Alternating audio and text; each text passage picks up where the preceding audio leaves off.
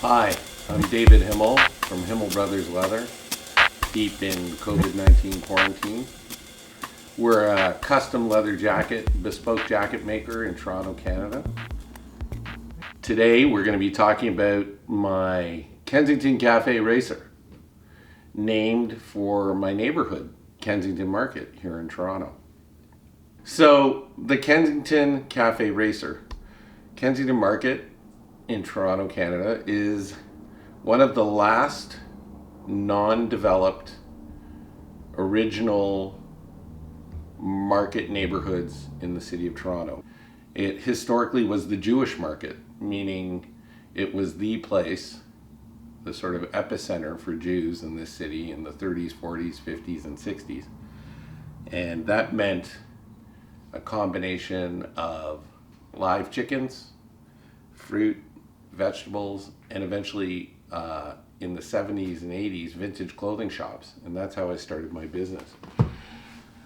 I was a vintage clothing dealer for 20 years. And that's how I became an expert on leather jackets, was essentially buying and selling and trading vintage clothing. Part of that business was going out, identifying what was great clothing, interesting clothing, well-designed clothing, or historically relevant or collectible clothing versus all the other junk that people make. So literally, as a vintage clothing dealer, your job is to identify unique design features, because that would give something value, famous or well-made brands, because that would give something value, early period historically made items, because that would give something value. And you would have to differentiate those items from the masses of other items that you might be looking at, whether it be in a rag house, which is a place that sorts used clothing that came out of the rag and bone trade. So Jews used to, and others, go around and collect old torn up clothing and bones. Bones for the glue factory, old torn up clothing to either be repaired and resold or to be cut up and used for rags and wipers, which is what you do when you run an industrial shop. My love of leather jackets grew out of that skill. For a large part, Jewish people were the manufacturers of garments in North America since the 20s and the 30s. And I was fascinated with my ancestral history of making clothing. My own grandfather was a sportswear manufacturer and a knitwear manufacturer. So today's jacket is the Kensington Café Racer. This was one of the first jackets I made. It looks like the simplest of jackets, but in a strange way, it's one of the most complicated to make a pattern for, sew, and produce for us. This jacket is probably 7 years old. That is the front, and this is the back. As you can see, it looks pretty simple. 2 front panels, 2 sleeves, a back panel. This is in fact not true. Now, the first thing you should know is that these cafe racers, or racing shirts as they were originally known, they were, from the early days of the 1910s and 20s and 30s, some of the earliest leather jacket designs for motorcyclists. This would have been known as a racing shirt.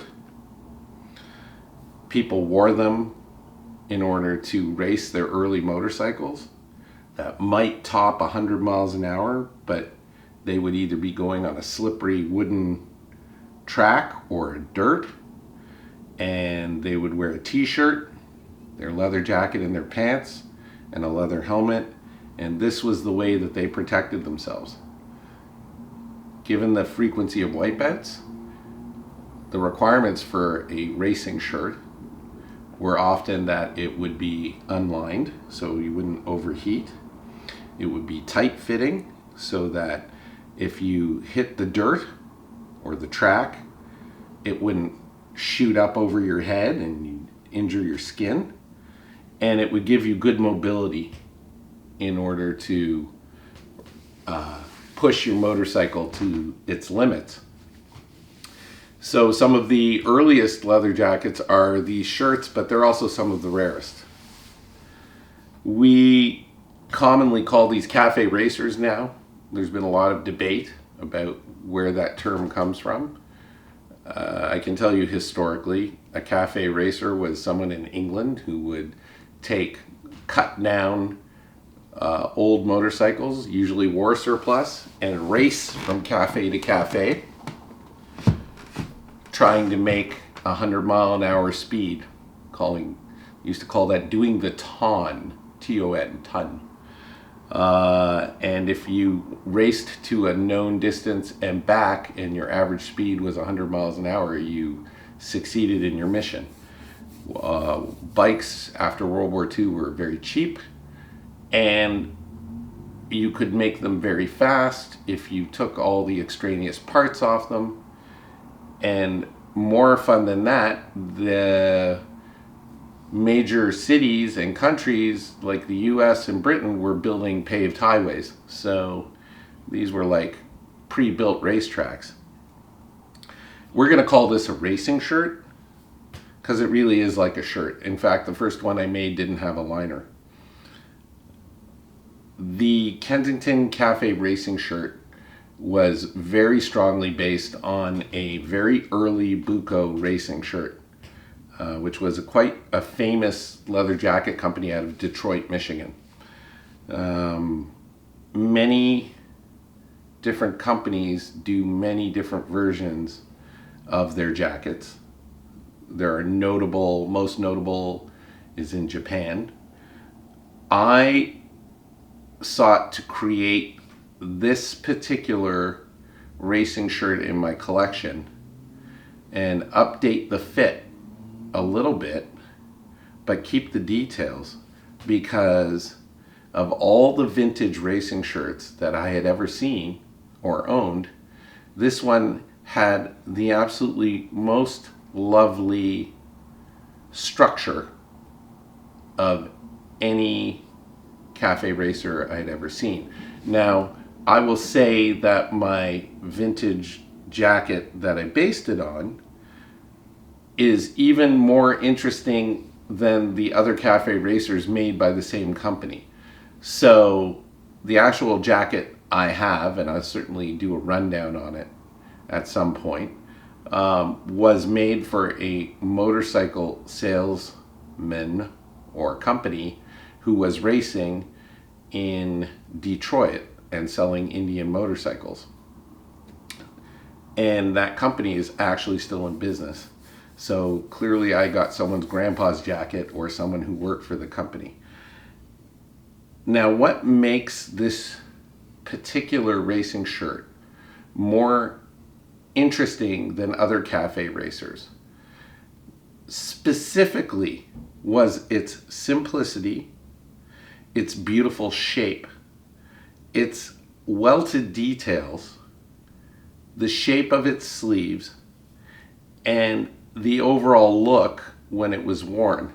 So one of the interesting things about this racing shirt is that it almost looks like a tunic.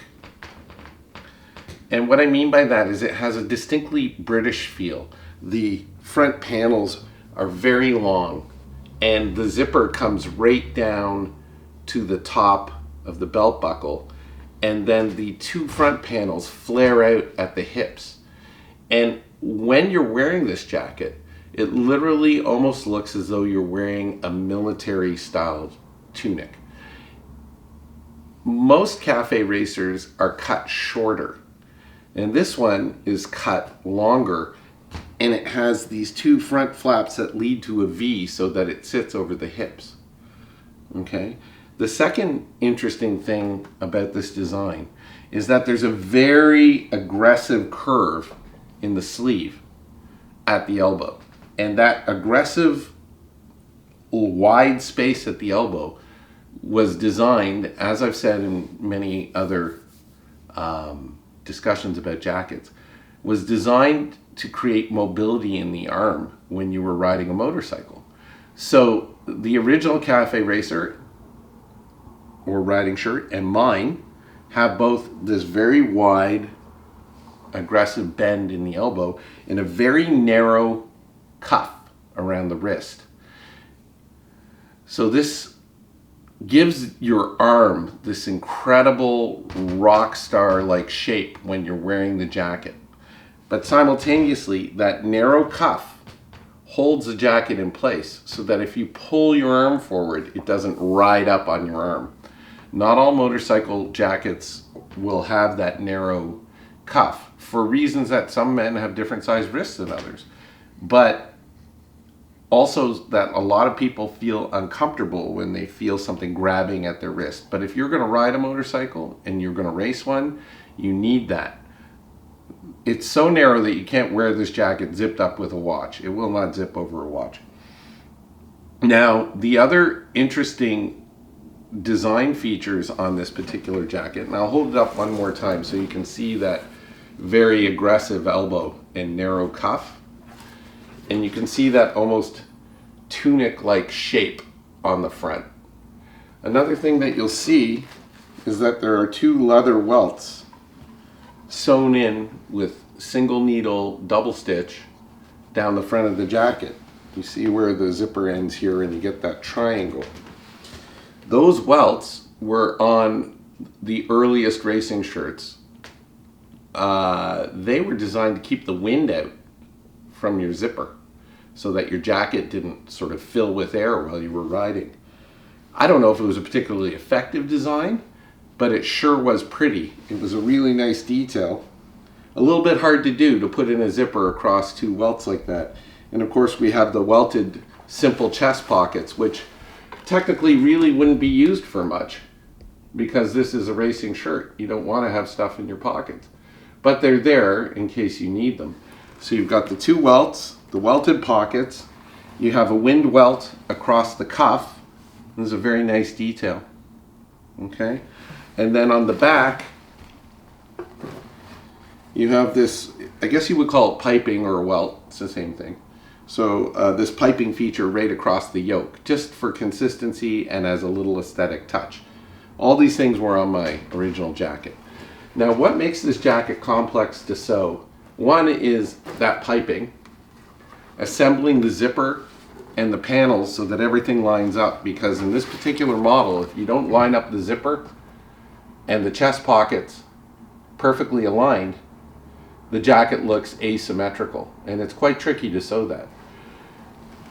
Now, if you see the back, and I'll just stand for a second, you can see that the front panels twist around the back. It's that twist that makes this structurally a very complex jacket. So you can see the shape of the jacket goes wide and then narrow in the waist and then widens out on the hips. But because of that slight twist around the back, when a rider is wearing this jacket, because it's so simple, in order to make the panels not lock the arms so that you can move your arms, you need to have that twist in the back. And when you wear that and you move your arms forward, it pulls on the back and the arms move forward by the front of the jacket spreading out right where that V is on the bottom. So this whole jacket works like a mechanical device. And if you don't get the shape and the structure of those panels correctly, you won't be able to move your arms, and then you can't wear it for riding. It's really a magical design, and one that took an immense amount of trial and error, both to get that tunic shape that comes in at the waist and goes out at the hip, because as you know, the longer a jacket goes, the more it binds up top when you've got it down over your bottom. And because there's a simple single panel back piece with no bi-swing back or expansion at all, and it's very tight fitting, if you don't have that mechanical motion of all those panels moving together, this would be like a straitjacket. Instead, it fits like a straitjacket, but it moves like a more dynamic leather jacket while surprisingly maintaining its simplicity of design. So it's a very interesting design because, again, it looks simple, but it's incredibly complex. Now I'm just going to go over the specific details of this jacket, which probably I have for sale on my website. And this one was made out of a brown Japanese pigment, which is a paint finish dark brown leather. And we used light stitching. The light stitching is a nice detail because it really shows off the craftsmanship of my team and the accuracy and the slowness in which they sew. Again, this is made in America, Bedford, Massachusetts, cotton, wax cotton thread, which is very hard to sew leather with. Another interesting detail on this jacket, there was a very early company that manufactured and perfected the zipper. It was a Swede who married into a family in the States, a fellow by the name of Gideon Sunback. And Gideon's wife died in childbirth, and he devoted his morning time to perfecting early versions of the zipper as he was an engineer and get them working properly. And part of the deal he cut with his father-in-law was to take the global rights for his patents on zippers and give the US domestic rights to his father-in-law, who had had an early zipper company. And in that process, he traveled to England and opened up the first zipper company outside of the USA for functioning zippers, Lightning Zipper, and eventually traveled back to Canada and opened a couple factories, one in Quebec, but his main Lightning Zipper factory in St. Catharines, Ontario. The entire town of St. Catharines, Ontario, there was a big warehouse downtown that was the Lightning Zipper factory, and I'm talking a very small town. As a benefit of his invention of the zipper and his factory in St. Catharines, over the years I was able to buy a lot of old stock Lightning zippers from clothing factories that had been closing up. So this jacket has an original 1950s oval pulled Lightning zipper made in Canada, nickel zipper, and these beautiful chain O-ring Lightning zippers for the chest pulls, which I do have stocks of original zippers, also Lightning zippers on the cuffs. So it makes for a really beautiful jacket to have nice details like an authentic 1950s zipper in the jacket. And finally, this jacket is lined, I'll just Scoville snaps on the neck, adjustable to 2 tightnesses, lined with Vietnamese tiger stripe, golden penis tiger stripe. So this is a really beautiful jacket, the Kensington Café Racer. If you enjoyed this video, look how beautiful it looks. You'll see from the back, that shape. If you enjoyed this video, follow us on Instagram, IGTV, or YouTube. We have a YouTube channel, Himel Bros, or HBTV. I'm David Himel, Himel Brothers Leather.